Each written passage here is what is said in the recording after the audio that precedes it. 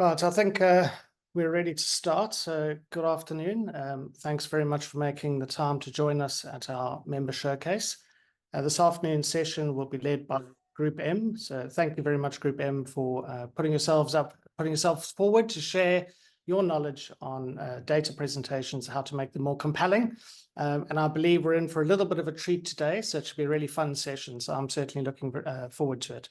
Before we get started, maybe just sort of recap a little bit about what the Member Showcase is all about, and also what the IAB meeting is all about. So I think many of you are members of the IAB, so you should know a little bit about us. But if you don't, obviously we are a member organization made up of just under 65, or 65 actually, MENA companies whose business is focused on advancing the digital ecosystem in MENA. So this is everything from publishers, tech platforms, measurement companies, and some advertisers. So our role is really to bring the industry together, and we do this by a number of different techniques and processes, some of which are exactly the kind of thing that you're seeing here today, the Member Showcase. This is a regular series of webinars. We kicked this off this year to provide training opportunities for our members and to allow members to share good work that they've done, or information that they have that is useful for the upskilling of the whole industry. So it's very kind of companies to step forward and engage in this. For the ones that you are not able to attend, we do record the sessions, which you will have gathered when you logged in. We put this on our YouTube channel, which you can see later, and on our podcast channel as well. So just so you're clear about what this is all about, we do not have any sales materials. This is not a sales opportunity.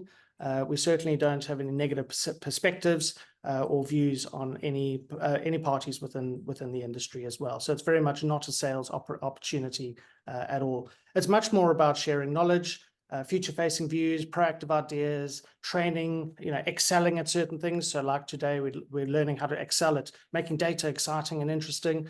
Explainer videos, articles, and any published research. So for example, last month we shared a piece of published research on Gen Z, which people found helpful as well, which you can see on our YouTube channel. So that's all from me. I'm going to hand over now to the GroupM team, so to Rodrigo and Tonya. I believe are going to be taking us through this presentation. Like I said, I've seen it, they've shared it with me. I'm very excited about it. I think you're going to enjoy it.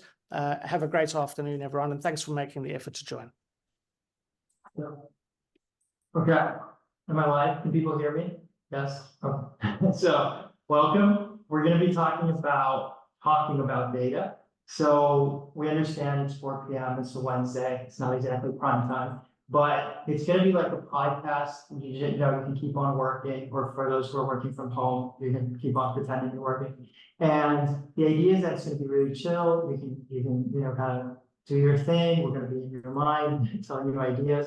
The idea is to keep it fun, but also we got some really informative things, and I think it can help the way, not only about what you say about data, but the manner in which you do it. So to start, that's me. So that's me. I'm here at GroupM. I work on the data analytics team and for the MENA region. And I've been in Dubai for 2 months, so recently just got here. And yes, and this is me. As you can see on the screen, I'm also working actually at Wavemaker, part of GroupM. I'm a senior manager for an amazing client, and we're really excited to kick this off with you guys. Rodrigo is relatively new, but he breathes GroupM. I've been here for the past 3 years, and yeah, excited to kick this off. So we always like a twist of events at GroupM, and when you guys got the invite, we promised you the table of contents that you can see on the left side of the screen. Now that's literally something I got off ChatGPT when I asked about how to prepare for this session.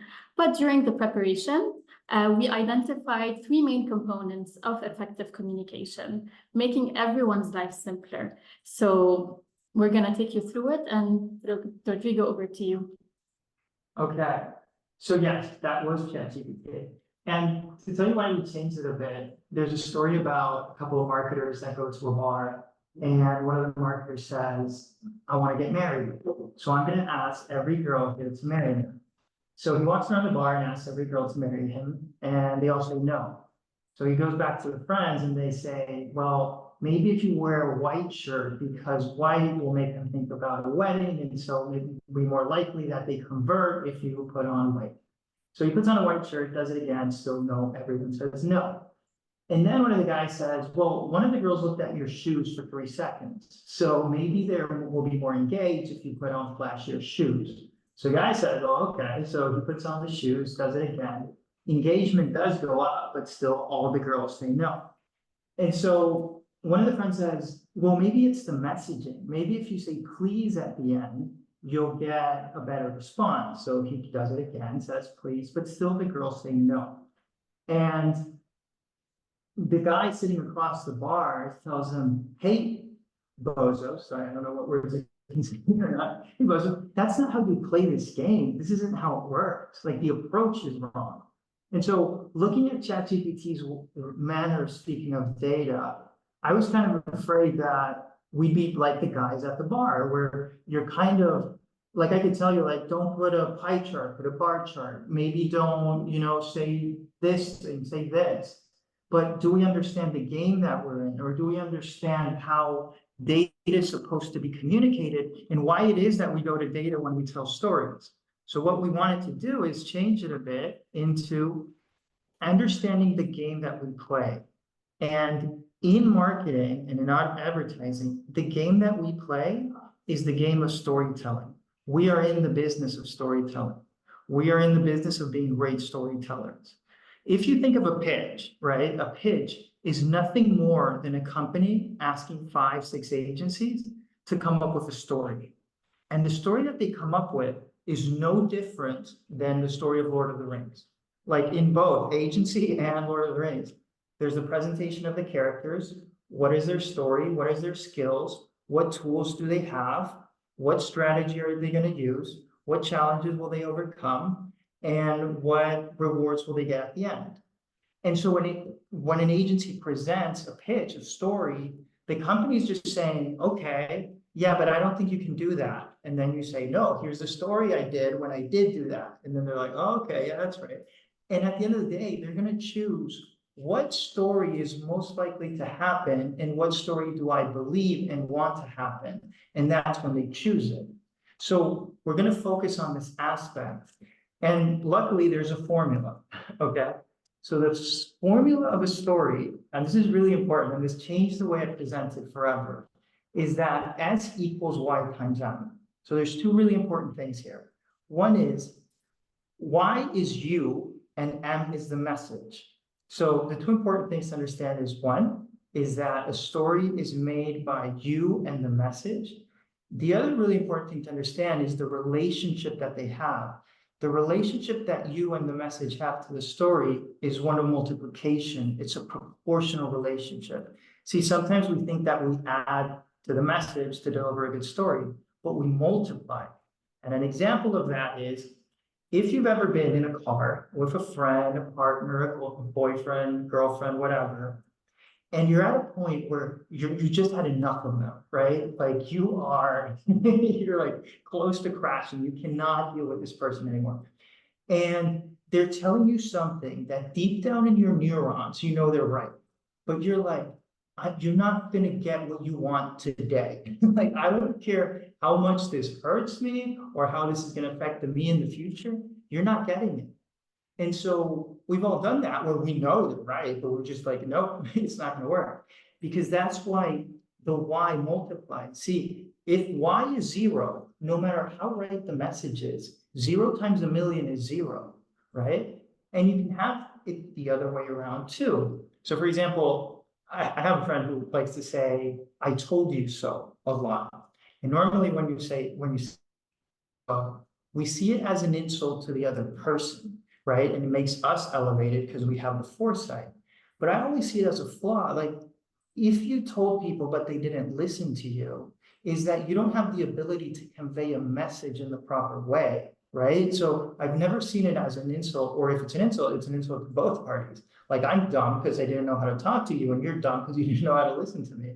But at the end, it comes to the message again, because the person who had the foresight, really smart, the U is great, the Y is great, sorry, but the M is low, and 0 multiplied by whatever is 0. So what we want to do in this presentation is we want to talk about what can make the Y bigger or larger, and what can make the M larger. And what are some of the pitfalls that bring both of those down and then hurt the story? So we get to start with you. Now, yeah, no, you is the Y, but why? Why is the you? Just because of the spelling.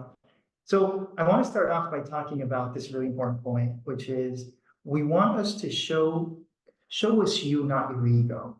See, normally in a presentation, when people present, there's always a fear of, there's always this danger that you bring in your ego and not you. And the problem when you do that is when you bring in your ego, it steals from the story, right? Because the attention wants to go to yourself. And people, for example, who bring in their ego will never say, I do not know, right? Because then it hurts them. Even though everyone in the room knows that you don't know, right? You try to defend yourself even if it hurts the story. Because if people know that you don't know, you're acting as if you know, it hurts your credibility, it hurts the why. So that starts to go down. And then the message has to do so much greater job because you've brought the why down. And what happens, for example, normally when we're preparing slides, we're always thinking about, you know, the message. But the power of bringing you, of bringing your humanity, of bringing your personality, of bringing you, is that the audience connects to you. See, what happens is if you're an engaging speaker and you're showing me your personality and that you're a human, I become more receptive to the message, right? And so you actually open up the people to be more receptive so that then the message can come through. That when you do the opposite, it doesn't happen. So when you're about to present, you arrive and you occupy a space, right? You cause a contrast between what was before and what is now because you weren't here before. Now I know Rodrigo is a very exciting speaker, but we did now just create this contrast. He is out and I'm in. So we're creating this contrast, which after a while tends to kind of fade down. You become part of the conversation. So that contrast that made people look at you in the first place starts to disappear. And you know how when someone walks into a room, everyone turns around no matter how they look or who they are. So how do you regain, we're trying to tell you, how do you regain this contrasts which makes people turn and pay attention to you? So there are 3 different ways to do that. And I will start with the audio contrast, which is exactly what we did now, shifting speakers. And this is why you never present a solo pitch, and it would be super boring if you were to do it. Pacing and pausing are also very important. You need to vary the pace of your presentation, slow down during critical points to give the audience time to absorb the information. You can also vary your tone, pitch, volume to emphasize key points. And then if you have visual aids, you can use videos, sound clips, and even interactive elements to kind of provide a break from the monotone and re-engage the audience. Now, there's something also called, we like to call it visual or spatial contrast, which is your body movement. So when you move, there's also a change in the space. You're creating a contrast using the space, making people look at you. That's why you also use hand gestures, which is also another form of spatial contrast. Again, for presentation, you can incorporate different font sizes, styles, shapes, and images to help create a contrast with the surrounding elements of the presentation. For contextual, so even with words, you can create contrast. If I say a bad word now, I'm sure most of you, it will catch you off guard, it will catch your attention again. And even if I say something like, this is important, I'm bringing attention to it by creating this contrast of normal versus important. So when you create the connection that Rodrigo talked about, you have the audience's hook. This is when you tell them where to look and where to focus their attention. It's part of your job during any presentation. And how you play with these different contrast elements is how you can win attention back at every slide and in every instance. So who doesn't love Sheldon Cooper? I know I do. But this slide is just to show how breathing is so underrated. And I think it's frankly not talked about enough. If you want to be yourself and also focus on steering the audience's attention, it's a lot to take in. It's a lot to ask for. So you have to be in control of your body and your voice. And try with me. Take a deep breath now, and you will immediately notice how your heart rate will slow down, did it? Yes, it does. Sure. So it's a way to signal to your body that it's not in danger.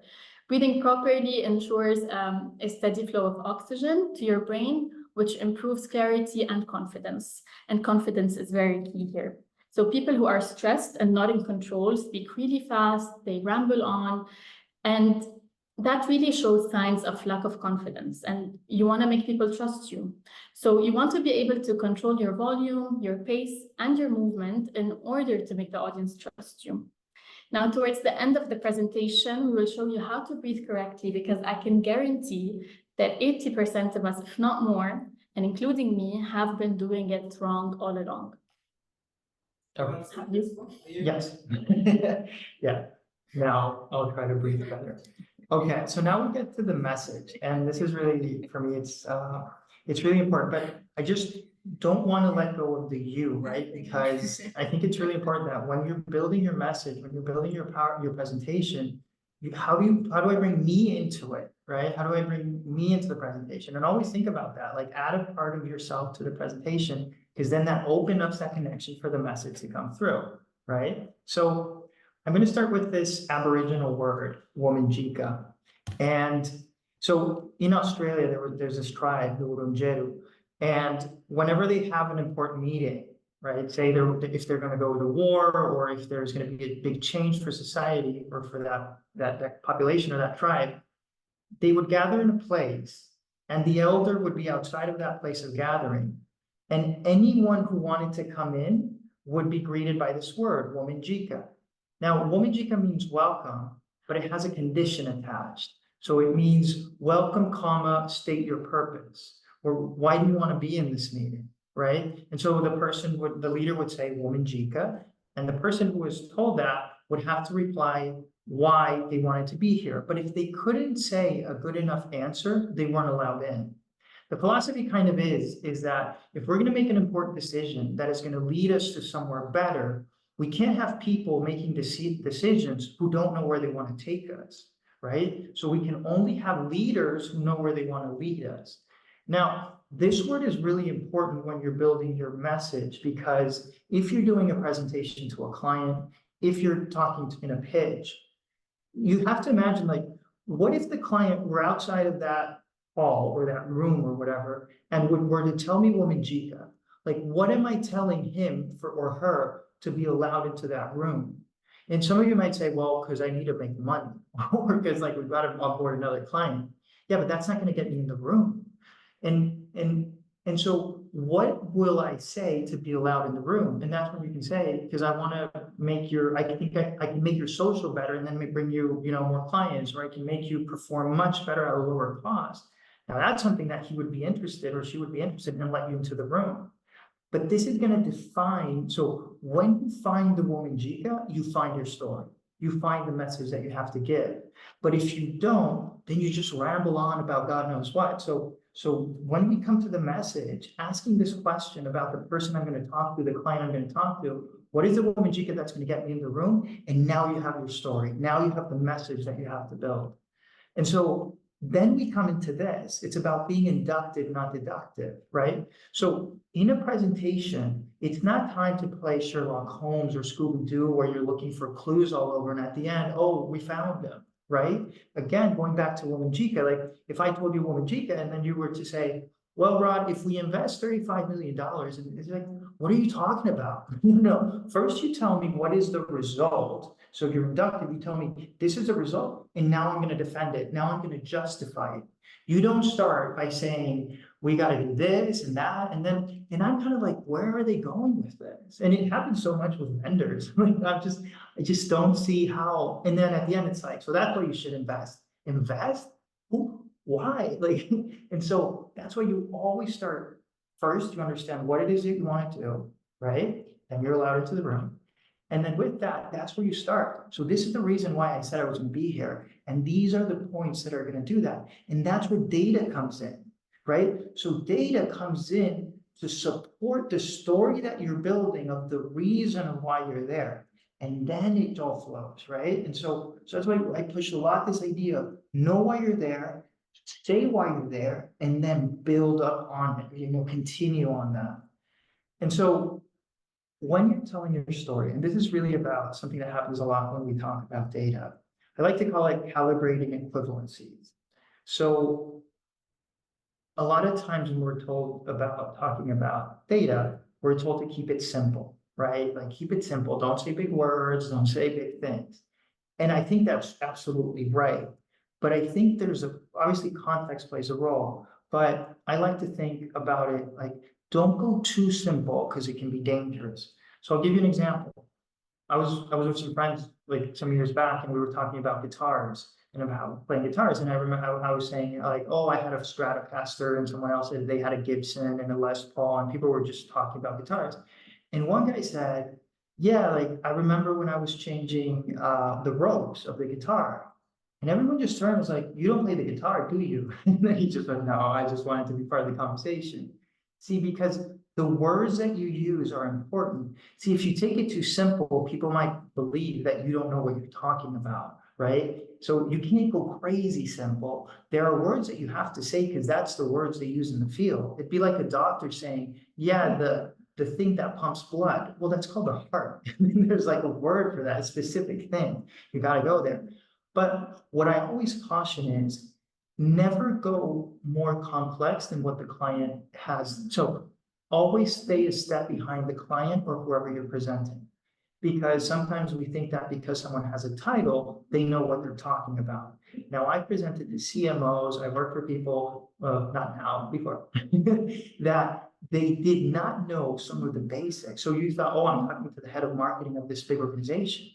But they didn't know what like basic stuff are. So you speak as simple as you can, not too simple. And as soon as they up it up, then you up it up, and then you up it up. And if you think about mathematics is just a 5, a 7, or whatever number can be represented in different ways. And your objective is what is the simplest but best way that I can represent it? And if we need to go deeper, then you go deeper.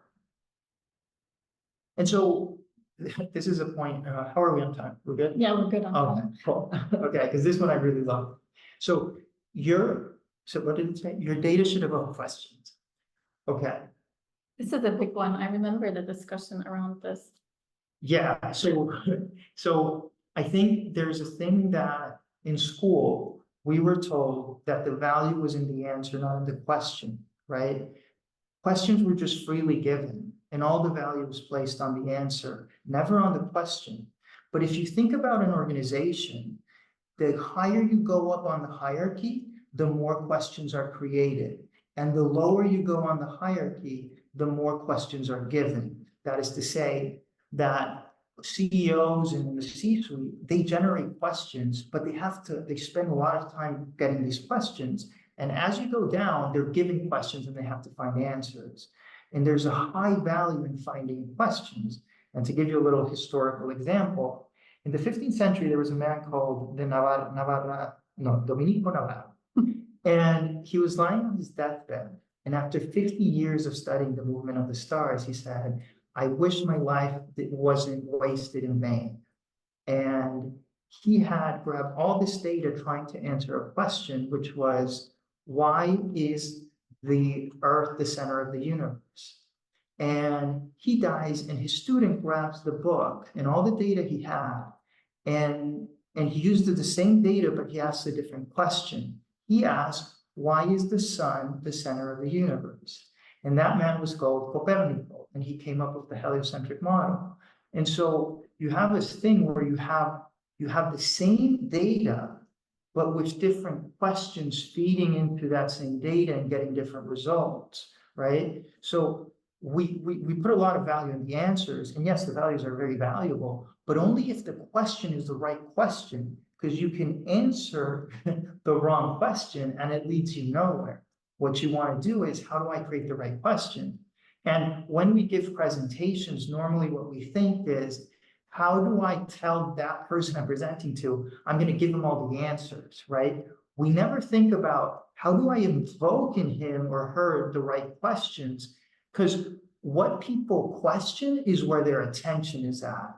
And if their attention is what you consider the wrong place, that's where you're going to know. And that's where you can move it. So if the question is about commercials, he's focusing on money, there's a strategy for that, but maybe I have to highlight the value of what we're doing. So you move the attention, you shepherd the attention. And so when we're talking about data, it's great to use it, not just to give answers, but to evoke questions so you understand where they are at and they can tell you what they're thinking, right? So I always like to push the idea of valuing questions again, because as a society, we only value answers. We just don't value questions enough. And so, here we are. And so going back to solutions, I think great solutions are always in service of the story. I think sometimes, and I've had it with vendors where, you know, now with AI and with Gen AI and with quantum computing, whatever that means, there's this great deal of pushing the technology, right? The problem with that is that you can lose the story. So I had a vendor who was talking about this new technology and it was great and it did these things that no one else could do. But then I remember I asked him like, well, you know, I'm trying to get CPL down. He's like, whoa, I can't sign a guarantee on that. It's like, who said a guarantee? And dude, I don't care if you use a Game Boy, a computer, quantum, you're in the quantum realm. For me, I need the CPL to go down. So he had focused so much in his technology, in his technique, that he forgot about the story. Now, a different story, if he said, I can get your CPL down 50%, and then I'm like, well, okay, that sounds interesting, but how do you do it? Like, I need to know. Okay, now tell me about your technology. But it's a different game. It's a different strategy. One is he's sharing data with me in service of the story. The other one is he's just inflating that particular thing. And so coming back to data, you know, I hear so much how data is the new oil, how data is the new gold.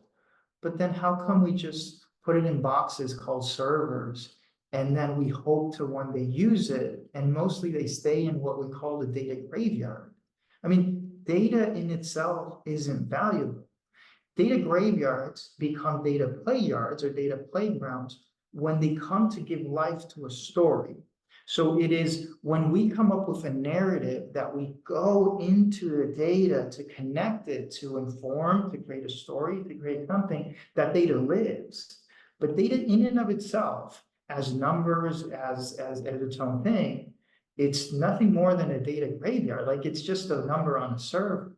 So we need to think about data as something that serves the story.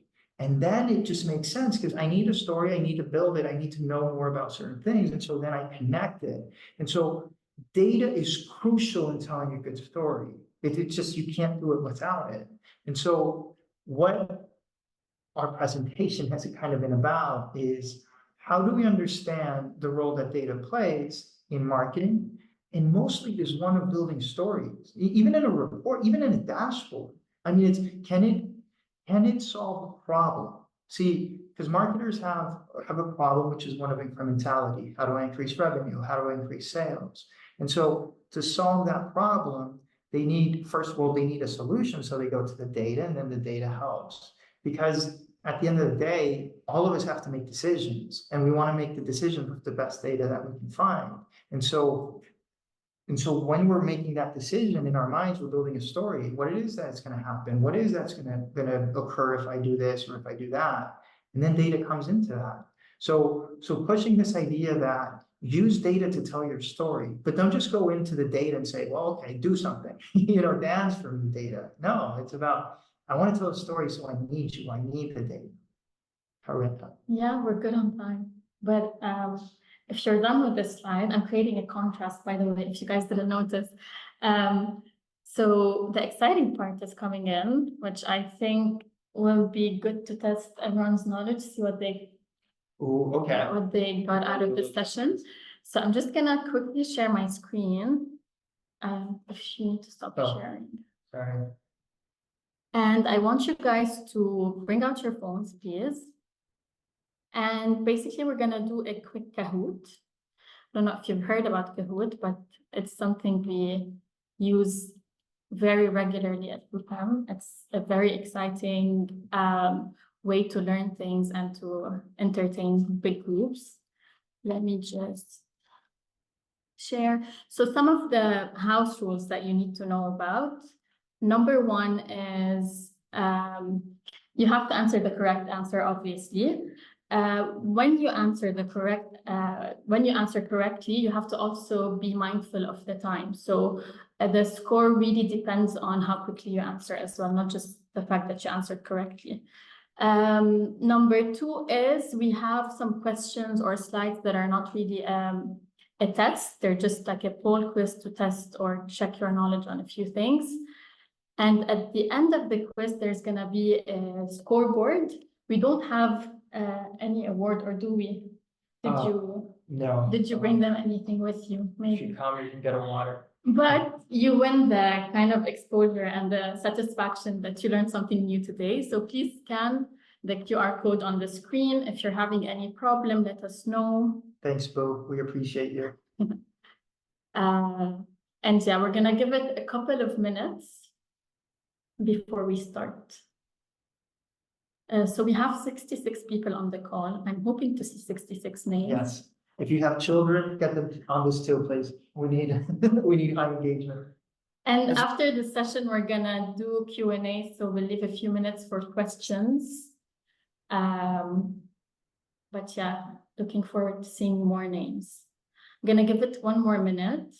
You can also go to the Kahoot website, enter manually the game pin, and get started. Is this everyone? Is anyone still trying? Okay, no, we still have people trying to join. I'll give it a couple more minutes. I haven't done it for a bit. You were good on time. Yeah, I thought I was gonna go over, I guys. was Like I was a bit afraid of that. but- Knowing you, that's quite a shock. Yeah, because yeah, we were even counting the minutes per slide, but I think some of them I cut them too much. Okay, some people are still coming in. I'll give it one more minute.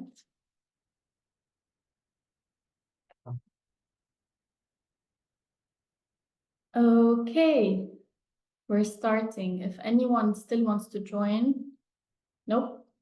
3, 2, 1, DT just joined. Let's go. So the first one is, oh, of course, the title. It's a poll question, so we want to get your thoughts on the level of confidence that you have getting into this quiz. Who's the boss? So yeah, 23 more seconds. By the way, so you have the answers in colors. This is what you'll see on the screen. So make sure you read the screen and then you answer on your phone. Yeah. This was confusing for you. Yeah, this was a little bit confusing. And I'm a Kahoot pro at this stage. I see that you put it on everything. It's great. Okay. Okay. Many of you feel very confident. I like the bosses on this call, I have to say. Pretty equivalent. Okay, now this is a quiz, so you'll be graded on this one. What are the 3 main components of the compelling presentation? We went over them. Yeah, but see, this is one where if they get it wrong, it speaks about them, but also about me. It speaks about you. Yeah, as or well. maybe me more. No, both of you. Yeah, it's It's about, something you yeah. mentioned. Please get this right. Don't put, A hint. No, I'm not giving hints. don't do green. Don't do green. That's a hint. I'm excited to see the scoreboard. Okay, time's up.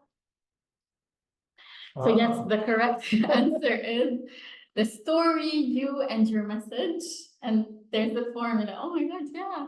More than half of them got it. So also the other options are a bit confusing. I tried to make it this way, so don't feel too bad. Maybe we're all wrong.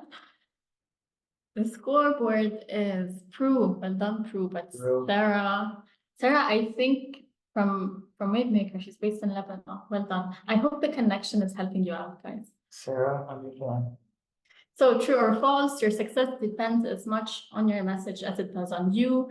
Here's the winning formula. It's the formula true or false. So true or false is the formula, basically. S equals Y times M, which is story equals you multiplied by your message. Multiple. I'm a good student. Yeah. Maybe we should have changed that to my. Come Oh. on, who said it was false? We got some troll. Fine, it happens. So yes, maybe. it's true if you want to build on this, since you Right. have time. Yeah. Okay. The story is. Yeah, no, I just really want to push that idea of really bringing you into the story. Like, I think presentation, or even with, I remember a call I had with a vendor when it was like, introduce yourselves, and everyone said like, oh, I work here or that. And the guy said, well, I'm a really hard worker because my dad had, this foot infection. And so from childhood, I had to work. And I was working with there was a girl next to me, she was working, and she's like, oh my God, the dad lost his foot. And he was crying. I was like, he didn't say that. He just said he had an infection. But it created such a connection because he was himself. And Yeah. like we live in like marketing is such mendacity of like being fake, or well, not really, you guys are true. But like when you see something authentic, it just connects, which is so great. So. Yeah, I remember I was in a pitch presentation. I was the youngest. We had very senior people, and I was selected to do the pitch with them. And when I got up, I was obviously very nervous. But the first thing I said, well, I'm the youngest one here, so please understand that I may be a bit more nervous than everyone. And they all just laughed, and it went extremely well. We won the account. Okay. Not because of me, but okay. So back to the breathing exercise. Now I want you all to take a deep breath. Yeah, that's enough time for everyone. Okay. So when you take a deep breath, is this how you did it? Oh, 1 second. We need to share with the sound on. Can you guys hear the? Is when you use your neck and shoulders. Yes, we can. Take a deep breath. If you feel like you're going up and getting a little bit taller, you're breathing so wrong.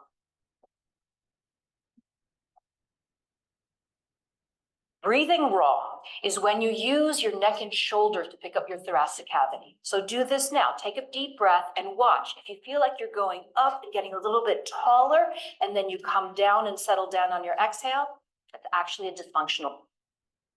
That's actually a dysfunctional breath. And now we move on to see how to actually do it in order to deliver any Good breath, communication. a breath that's anatomically congruous, it goes with the rest of your body, is that you inhale and you expand your body. Neck and shoulders don't move.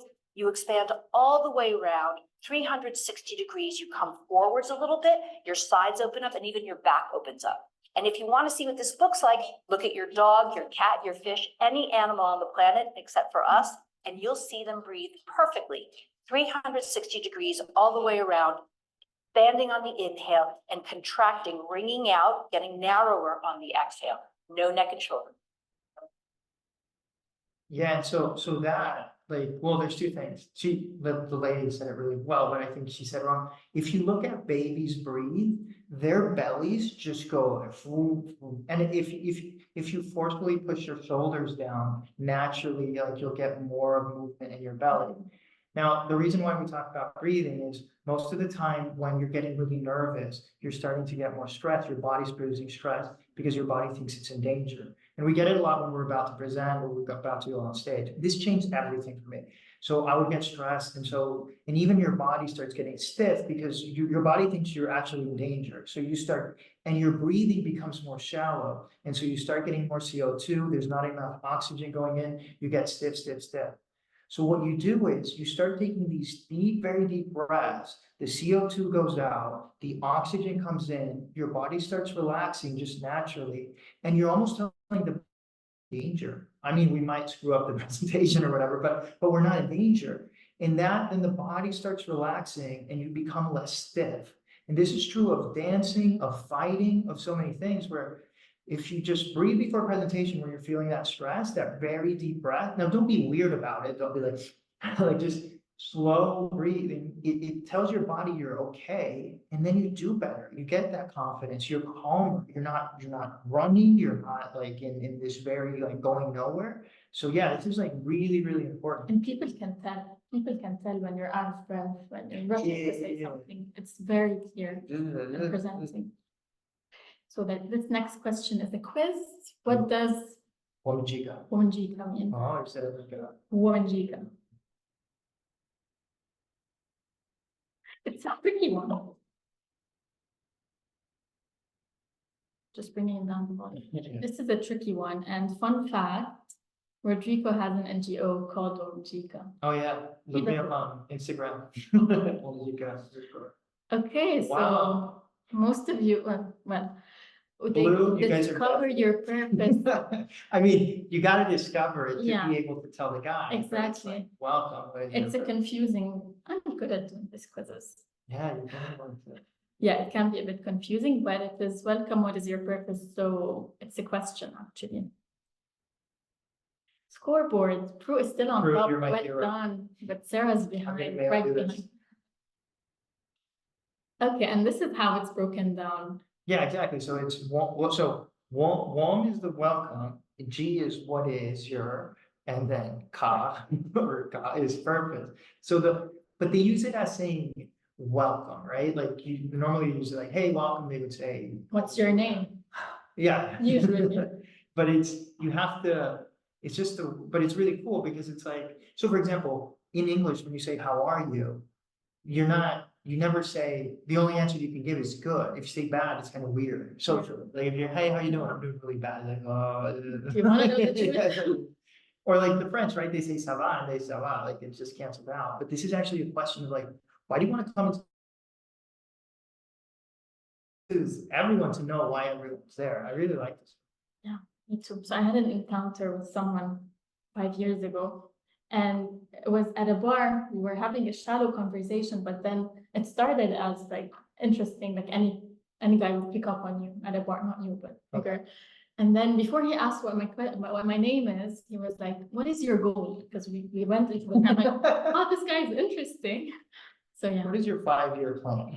Where do you see yourself in the next 5 years? So, whole question. What's the best approach to conveying the message 5? So remember when we were talking about calibrating equivalencies. So you want to be simple, but not simplistic in conveying a message. In your opinion, what's the best approach? And since this is a poll question, there's no right or wrong. They're actually all wrong, right? Ooh, we got a couple of. Yeah, I would have picked the green one. Yeah, I think though. But definitely not the Chinese one. One person picked the Chinese 5. Congrats to whoever speaks Chinese out there.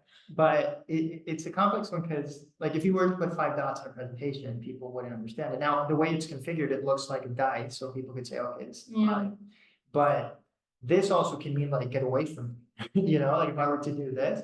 Or high five. Yeah, or if you're in a presentation, it's like, how many million? This many. You look stupid. Like this many, right? And so going back to how you look at conveying information, like the yellow one is right, but it involves a lot of things. Now, the yellow would touch ego. I want to tell you how smart I am. So like no one has ego here, which is great. But it's something your guys would, like the data guys. Data guys love this, right? And again, sometimes this is the easiest way to transmit something, because if I see a sine, a cosine, and a tangent, I'm like, oh, okay, there's something mathematical involved, might be triangles, it gives me context. Like this gives me context. Yeah.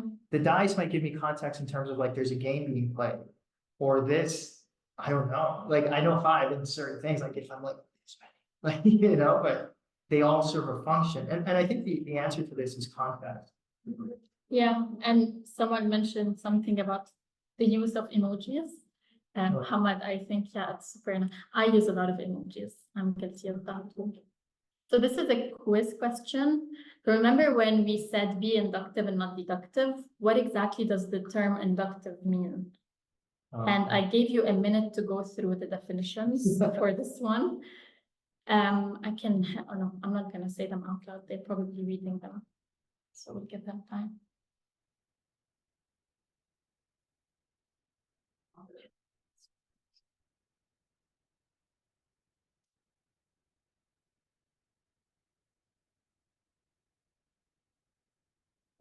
Yeah. So 30 more seconds. We have 18 answers so far. 23.